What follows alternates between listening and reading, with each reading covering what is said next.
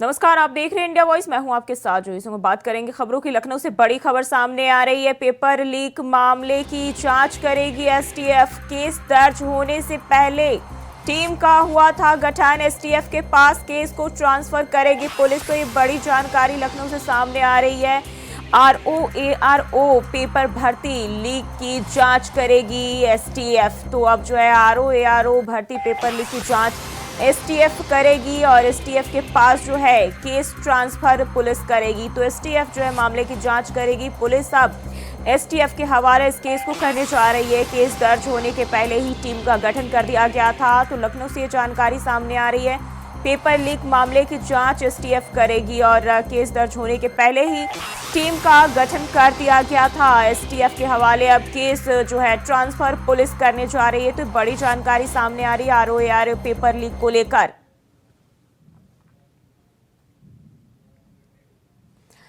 तो लखनऊ से ये जानकारी सामने आ रही है। पेपर लीक मामले की जांच करेगी एसटीएफ। केस दर्ज होने से पहले ही टीम का गठन कर लिया गया था और अब जो है एसटीएफ के पास केस को ट्रांसफर करेगी पुलिस। तो बड़ी जानकारी आरओ जो पेपर लीक मामले को लेकर सामने आ रही है। और इसी खबर पर ज्यादा जानकारी के साथ लखनऊ से आसिफ बेग हमारे साथ जुड़ गए हैं। आसिफ, पेपर लीक मामले की जांच अब एसटीएफ के हवाले सौंपने की तैयारी की जा रही है, क्या जानकारी है?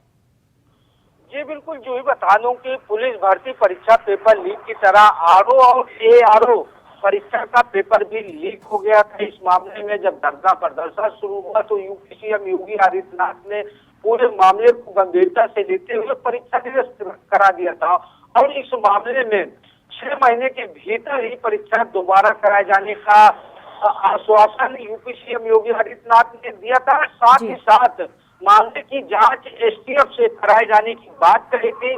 फिलहाल पेपर लीक मामले में सिविल लाइन पुलिस ने मुकदमा दर्ज किया था और सिविल लाइन पुलिस अभी तक जांच भी कर रही थी, लेकिन अब इस मामले को एसटीएफ को ट्रांसफर किया जाएगा और एसटीएफ अब पता लगाएगी कि जिस तरह से जो पेपर लीक हुआ है सोशल मीडिया पर वायरल हुआ था, इसमें परीक्षा केंद्रों से साल भर गहन की साठगांठ तो नहीं थी या फिर इस मामले में जो है किसी अधिकारी का हाथ तो नहीं था।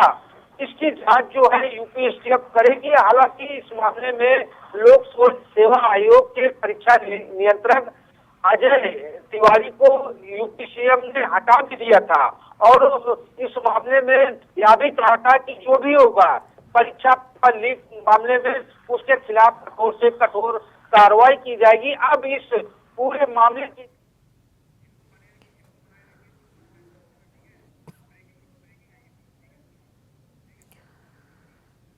जी आसिफ, बने रहिए हमारे साथ और दोबारा से रुक करेंगे आपके साथ। और जो है जांच अब एसटीएफ करेगी और केस दर्ज होने के पहले ही टीम का गठन कर लिया गया था। तो एसटीएफ के पास केस को ट्रांसफर करेगी पुलिस। और एक और जानकारी सामने आ रही, लखनऊ से बड़ी खबर सामने आ रही है और ये लखनऊ से जानकारी सामने आ रही। पेपर लीक मामले की जांच करेगी एसटीएफ और अब जो है मामले की जांच एसटीएफ के जिम्मे सौंपी जा रही। लखनऊ से जानकारी सामने आ रही, केस दर्ज होने के पहले ही टीम का गठन किया गया था और अब मामले की जांच एसटीएफ करेगी पुलिस। एसटीएफ के पास केस को ट्रांसफर करेगी। तो ये जानकारी लखनऊ से सामने आ रही है आरओ पेपर लीक की जांच को लेकर। अब इसकी जांच एसटीएफ के हवाले सौंपी जा रही है। लखनऊ से ये जानकारी सामने आ रही है। पुलिस अब एसटीएफ के जिम्मे इसकी जिम्मेदारी दे रही है और एसटीएफ ही पेपर लीक मामले की जांच करेगी। तो पेपर लीक मामले की जांच अब एसटीएफ करेगी। केस दर्ज होने के पहले ही बताया जा रहा है कि टीम का गठन कर दिया गया था और अब पुलिस जो है एसटीएफ के हवाले इसकी जिम्मेदारी देने जा रही है और एसटीएफ आरओ पेपर लीक मामले की जांच करेगी। लखनऊ से ये जानकारी सामने आ रही है। केस दर्ज होने के पहले ही टीम का गठन कर लिया गया था। एसटीएफ के पास केस को ट्रांसफर करेगी पुलिस।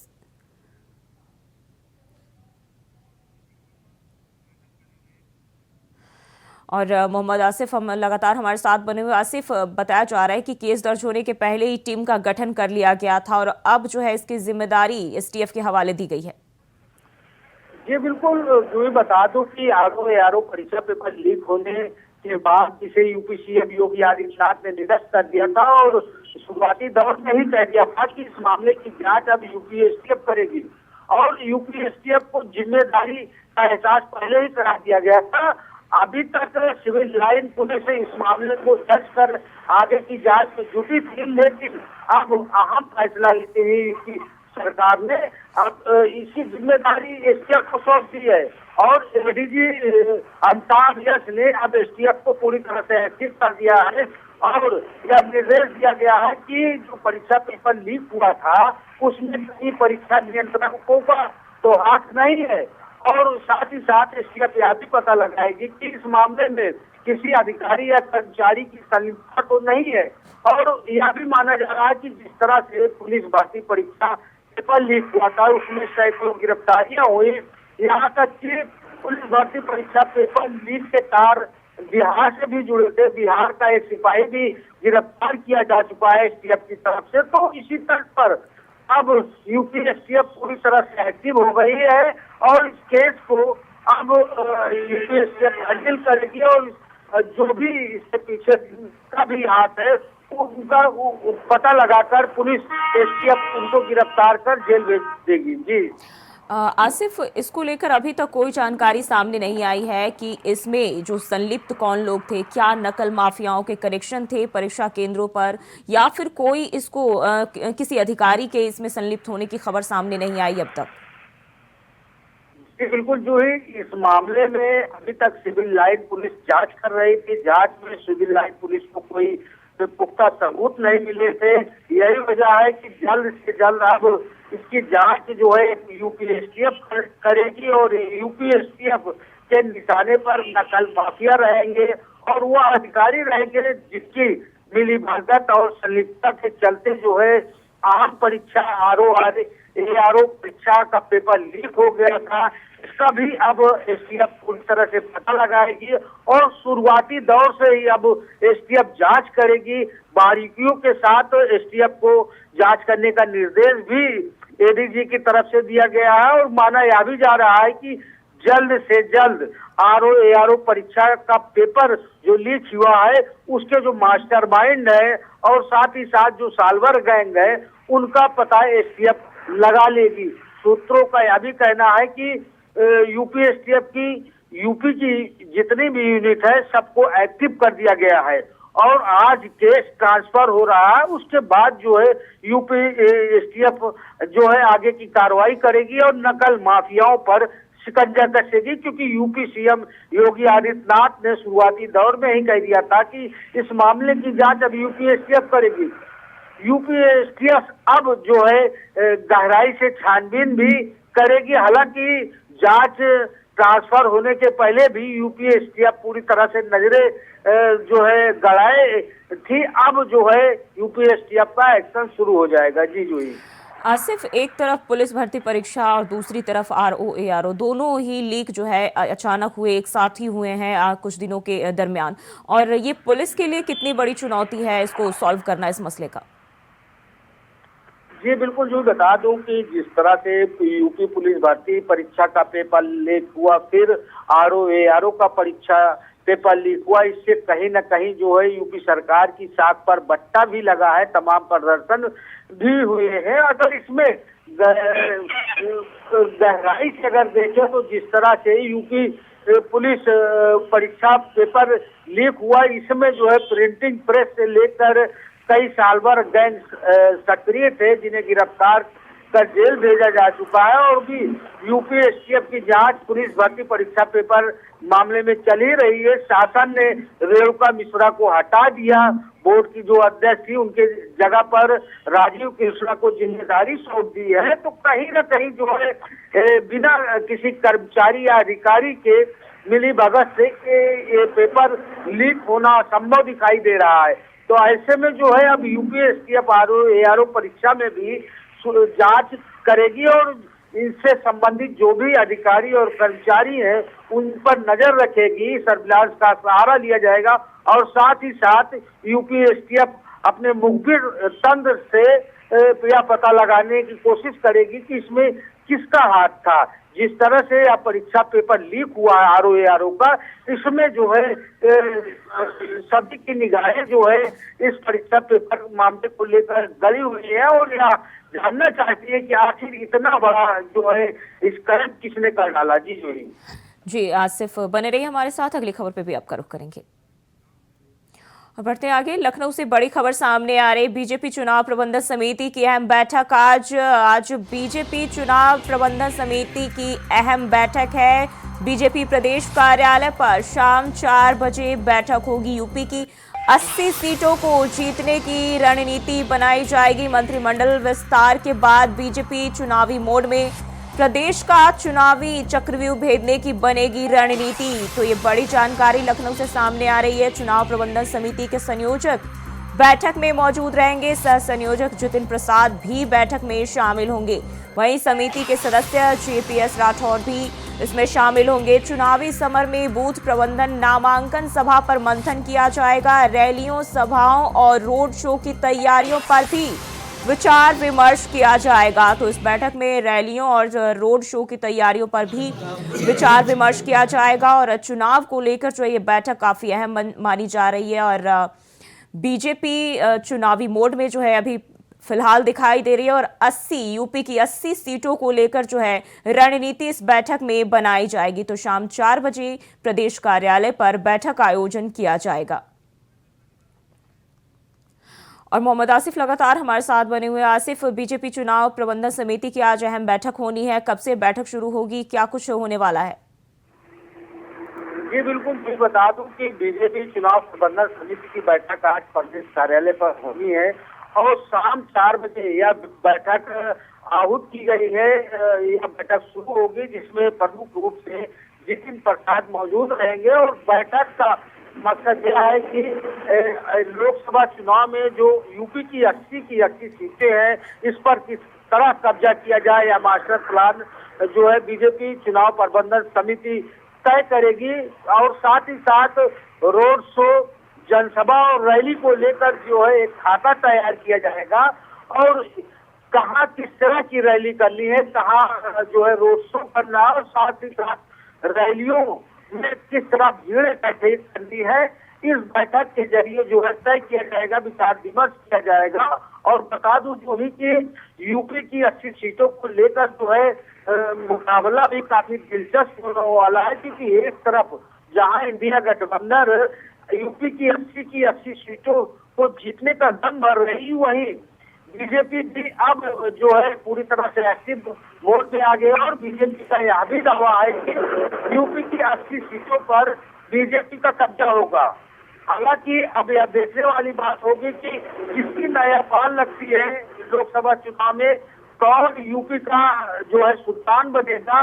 फिलहाल जो है इंडिया गठबंधन और एनडीए की काफी कुछ तैयारियां जो है तेज हो गई है और यही वजह है कि एक तरफ जहां सपा सुप्रीमो अखिलेश यादव लगातार पीडीए विधायकों की बैठक कर रहे हैं, विधायकों के साथ बैठक कर रहे हैं, कार्यकर्ताओं में जोश भर रहे हैं, वहीं दूसरी तरफ बीजेपी भी पूरी तरह से एक्टिव मोड में आ गई है। आज शाम 4 बजे से शुरू होने वाली बैठक में तमाम रणनीति तय होगी और साथ ही साथ जो है बीजेपी चुनाव प्रबंधन समिति यह तय करेगी कि किस रैली में किस जो है प्रचारक को भेजा जाए और किस जगह जो है रैली की जाए जिससे बीजेपी को ज्यादा से ज्यादा फायदा मिल सके। आसिफ, हमने देखा कि कल ही जो है योगी मंत्रिमंडल का विस्तार भी हुआ है और मंत्री पद में इजाफा हुआ है। और अगर बात करें इस लिहाज से तो कितना अहम होगा ये बैठक, क्योंकि 80 सीटों को जीतने की रणनीति में है बीजेपी?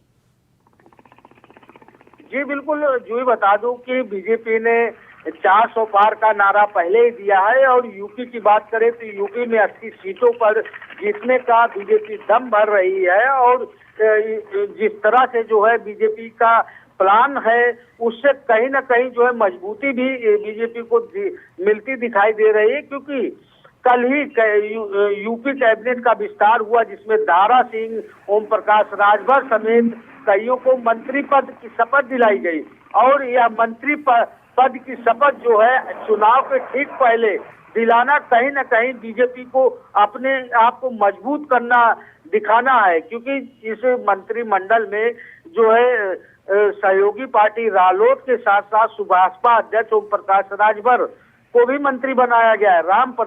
ओम प्रकाश राजभर की काफी अच्छी पकड़ मानी जाती है पिछड़े और दलितों में, तो कहीं ना कहीं इसका फायदा जो है, जो मंत्रिमंडल का विस्तार हुआ है, इसका फायदा कहीं ना कहीं लोकसभा चुनाव में भी दिखेगा। और दूसरी तरफ जो है बूथ स्तर की तैयारी बीजेपी ने कर ली है। घर घर जाकर जो है वोट मांगने का अभियान चलाया जा रहा है। वहीं दूसरी तरफ जो दिग्गज नेता है बीजेपी के, वो लगातार प्लान तैयार कर रहे हैं कि किस तरह जो है लोकसभा चुनाव का किला फतेह किया जाए। और आज जो बैठक होनी है, इसमें कई बीजेपी के धुरंधर शामिल होंगे, जो बीजेपी चुनाव प्रबंधन समिति को अपनी राय देंगे और यह भी राय देंगे कि किस तरह जो है किस इलाके में किस पार्टी के नेता को भेजा जाए, क्योंकि बीजेपी के पास जो है नेताओं की लंबी फौज भी है और इन्हें किस तरह इस्तेमाल किया जा रहा है, इसको बीजेपी बहुत अच्छी तरह जानती है। और कहीं न कहीं जो है यूपी की सियासत जो है बेहद दिलचस्प है, क्योंकि यहाँ की 80 सीटें जो है पीएम बनाने में काफी सहायक भी होती है। तो पूरा फोकस जो है बीजेपी का यूपी की सीटों पर है। अब देखना यह होगा कि जो इंडिया और एनडीए का प्लान है, किसको कितना फायदा होता है। जी आसिफ, बहुत बहुत शुक्रिया आपका तमाम जानकारी के लिए। और ब्रेक के बाद स्वागत है आपका। बात करेंगे खबरों की। आगरा से बड़ी खबर सामने आ रही। पीएम नरेंद्र मोदी आगरा को देंगे बड़ी सौगात। आज से आगरा शहर में दौड़ेगी metro train. PM Narendra Modi virtual जुड़कर करेंगे उद्घाटन। आगरा में सीएम योगी आदित्यनाथ रहेंगे मौजूद। 9:40 पर कार्यक्रम स्थल पहुंचेंगे सीएम योगी। उद्घाटन के बाद मेट्रो में सफर भी करेंगे सीएम। पहले चरण में पुरानी मंडी से टीडीआई मॉल तक मेट्रो सेवा। तो ये बड़ी जानकारी सामने आ रही। आगरा से पीएम नरेंद्र मोदी वर्चुअल जुड़कर जो है उद्घाटन करेंगे और पहले चरण में पुरानी मंडी से टीडीआई मॉल तक मेट्रो सेवा आरंभ की जाएगी। आगरा में सीएम योगी आदित्यनाथ भी मौजूद रहेंगे। तो ये बड़ी जानकारी सामने आ रही है।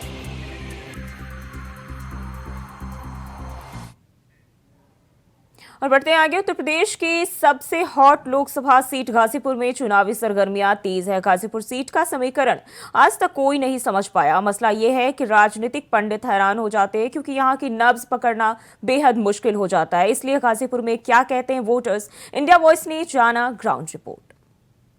उत्तर प्रदेश की सबसे हॉट सीट बन चुकी है, जहां से मुख्तार अंसारी के भाई अफजाल अंसारी को उम्मीदवार घोषित कर दिया गया है, जो इससे पहले बसपा के सांसद रहे थे। इस समय हम मुख्य चौराहे पे खड़े हैं, जहां पर गाजीपुर का जो मुख्य इलाका है स्नातकोत्तर महाविद्यालय गाजीपुर। यहाँ पे कुछ लोग हैं, सीधी बातचीत करते हैं। मैं सुशील तिवारी, इंडिया वॉइस। आपका पूरा परिचय जाना। मेरा नाम रईस अहमद है और मैं शहर कांग्रेस कमेटी का सदस्य हूँ। रईस जी, अगर आपसे बात करें तो जब भी चुनाव आते हैं लोग यही कहते हैं कि रोजगार मुद्दा अहम होगा, विकास मुद्दा अहम होगा, लेकिन चुनाव आते आते वोटों का ध्रुवीकरण हो सा जाता है और जाति फैक्टर हावी हो जाता है। अगर मैं आपसे पूछूं। बिल्कुल, देखिए ऐसा कुछ भी नहीं है, जाति फैक्टर वाला यहाँ चुनाव तो नहीं है। देखिए यहाँ पे सबसे बड़ी बात है कि लोग इस सरकार से पीड़ित हो चुके हैं। नवयुवक लड़के को रोजगार नहीं मिल रहा है, बेरोजगारी चरम पे है और शिक्षा का दुरुपयोग हो रहा। देख रहे हैं अभी पेपर लीक हुआ। विकास पर वोट मिलेगा या फिर जाति हावी रहेगी? हमारे गाजीपुर में मनोज सिन्हा जी के नेतृत्व में बहुत अच्छा विकास हुआ है और अगर वो इस समय चुनाव जीते होते तो निश्चय ही गाजीपुर की दशा आज कुछ और होती। आपका नाम क्या है? आशीष दुबे हमारा नाम है। आशीष भाई, फिर चुनाव क्यों हारे मनोज सिन्हा? जातिगत राजनीति के लेकर कुछ मनमुटाव हुआ, जिसके कारण वो चुनाव न निकल सकी। तो जातिगत इस बार भी होगा? नहीं, इस बार हमको लगता है कि जनता नरेंद्र मोदी की योजनाओं से प्रेरित है। बीजेपी जीते या ना जीते, लेकिन यहाँ से अगर मनोज सिन्हा अगर प्रचार करने आते हैं, हालांकि जहाँ तक हमें सुनने को मिला है कि उन्हीं के जो सुपुत्र हैं उन्हीं को टिकट मिलेगा। अगर उनके संपर्क से अगर कोई मान लीजिए टिकट पा जाता है तो हम जरूर कहेंगे कि वो यहाँ से जीत जाएगा, क्योंकि देखा जाए तो विगत 5 वर्षों में अफजाल अंसारी का कोई वर्क तो नहीं दिखा है। कल मोदी जी का प्रत्याशी जीतेगा, अफजाल अंसारी नहीं जीत पाएंगे। ये अब तो इन्हीं को ऐसे ही लोग को पलटू राम कहा जाता है ना। कि इससे पहले जो ईवीएम के बारे में करते हैं वो वहां से चुनाव जीते हैं, केजरीवाल ईवीएम पे ही चुनाव जीते हैं दिल्ली में। तो वहाँ पर केजरीवाल धरना पर बैठे हुए थे, जरा सा भी यहाँ से वहाँ नहीं होने दिए, इसलिए केजरीवाल चुनाव आयोग ने गड़बड़ी नहीं कर पाया। अफजाल अंसारी चुनाव जीत रहे हैं। बिल्कुल अफजाल अंसारी तकरीबन 3 लाख से जीतेंगे वो। अब युवा हैं, ये तो पढ़े लिखे होते हैं ना। मान लीजिए कि आप जो नहीं पढ़े लिखे हैं उनको बुला कांग्रेस की सकते हैं। सरकार कही राहुल गांधी ने कि जब अगर हम आएंगे जी। तो जो इन्होंने अग्निवीर बना दिया जी। उसको फिर से हम बदल देंगे। कहने और करने में तो बहुत फर्क है भाई। अब जो हो गया जो हो गया अब भले ये तो देखिए जाएगा। क्या कहेंगे? बिल्कुल देखिए राहुल गांधी ने देखिए कहीं भी जहां भी कहा है, उन्होंने कहा था कि वहां पे कि मैंने 500 रुपए में सिलेंडर दूंगा। सरकार बनते ही वहां पे लागू हो गया 500 रुपए में सिलेंडर। योगी जी ने कहा था कि उत्तर प्रदेश में 500 रुपए का सिलेंडर मिलेगा। लगभग तकरीबन हमको लग रहा है कि चुनाव खत्म 4 महीने से ऊपर हो गए, 5-6 महीने हो गए। मतलब अभी यहाँ 500 रुपया से कम हो गए, अरे 1011 रुपया से कम हुआ ही नहीं, खाना होगा। गाजीपुर में लोगों की राय क्या है, ग्राउंड जीरो से मैं सुशील तिवारी, इंडिया वॉइस की रिपोर्ट। और फिलहाल के लिए बुलेटिन बस इतना ही। खबरों के लिए बने रहिए इंडिया वॉइस के साथ।